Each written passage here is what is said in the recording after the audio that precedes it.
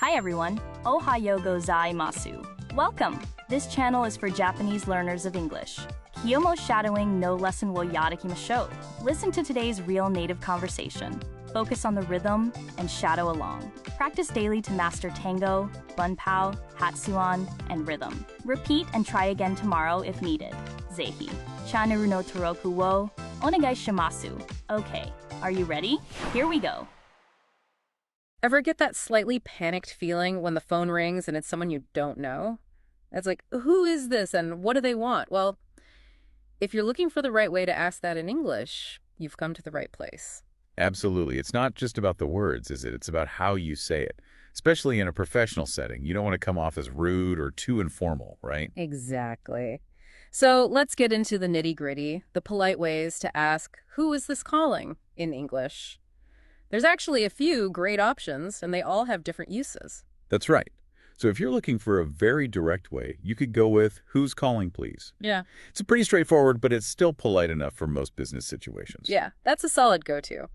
But if you're looking to be a tad more formal, there are other phrases. For instance, may I ask who's calling, please, adds that extra layer of courtesy. Ooh, yeah. That may I ask part really softens it, doesn't it? It turns it into a request rather than a demand. And what about when you need to know their name? Oh, right. That as when, may I have your name, please, comes in super handy. It's clear and respectful. Plus, it's a really common phrase to use on the phone. Totally. And if you're dealing with a lot of people with similar names, there is another way. Like, could you tell me who's calling, please? It adds that extra bit of clarity. Yeah. That's perfect for when you need a little more information. Because sometimes just a name isn't enough, is it? Maybe you need to know which company they're calling from, or maybe you just missed their name completely. Yeah, exactly. Or if their connection isn't good, you might have to say, could you repeat your name? Which is a great way of asking them to clarify. And what if you know you have to ask them their company? That's where, can I have your company name, please, comes in. It's direct and simple. And if you have a name but don't know which company they are calling from, you can use, excuse me, Mr. Smith, what company are you with? That's a good one.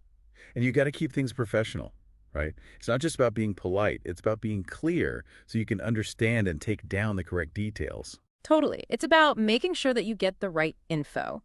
Plus, in any business setting, these phrases just show respect for the caller. It creates a smoother conversation.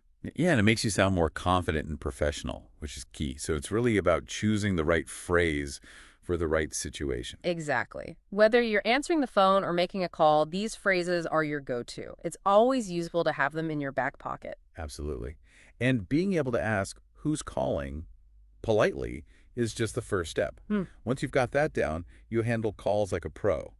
It's about being confident. Couldn't agree more.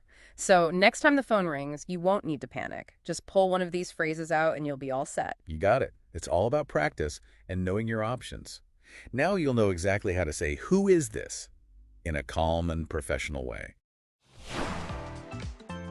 Alright, we've finished today's lesson. How did you find it?